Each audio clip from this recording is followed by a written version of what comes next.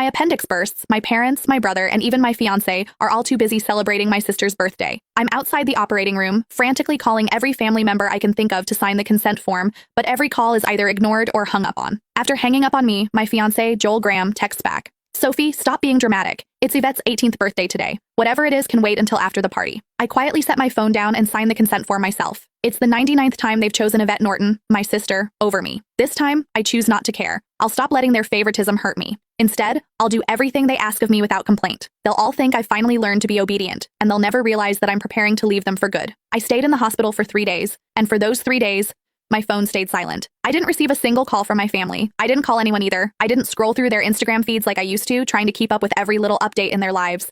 Instead, I just quietly rested in my hospital bed and dragged my weak body around for checkups and payments. Even on the day I was discharged, I didn't tell a soul.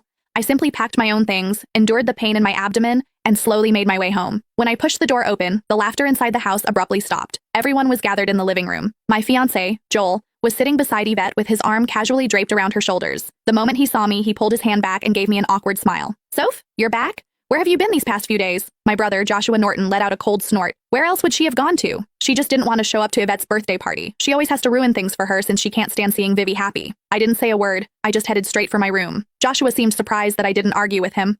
Normally, whenever he accused me of being selfish, I would break down in tears and desperately defend myself.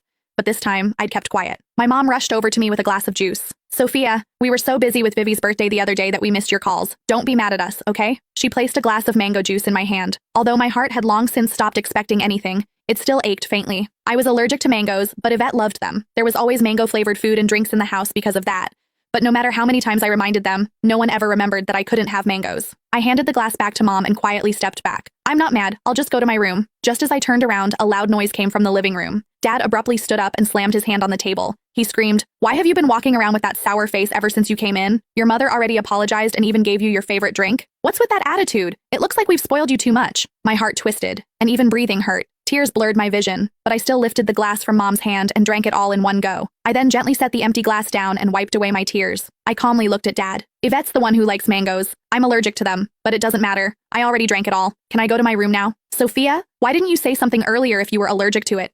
Who told you to drink it? You're so stubborn. Mom panicked and quickly patted my back. Dad looked embarrassed, but he still harshly replied, "You could have just explained yourself. You've always had that unlikable attitude. You're nothing like Vivi. She knows how to communicate." Yvette's voice drifted over from the couch. "Dad, don't say that about Sophia. You'll make her sad." She sounded gentle, but the smugness in her eyes was impossible to hide. Yvette had always used my dullness to highlight her perfection. No matter what it was, she loved comparing herself to me. She would only be satisfied when she got to trample me. I should have felt hurt,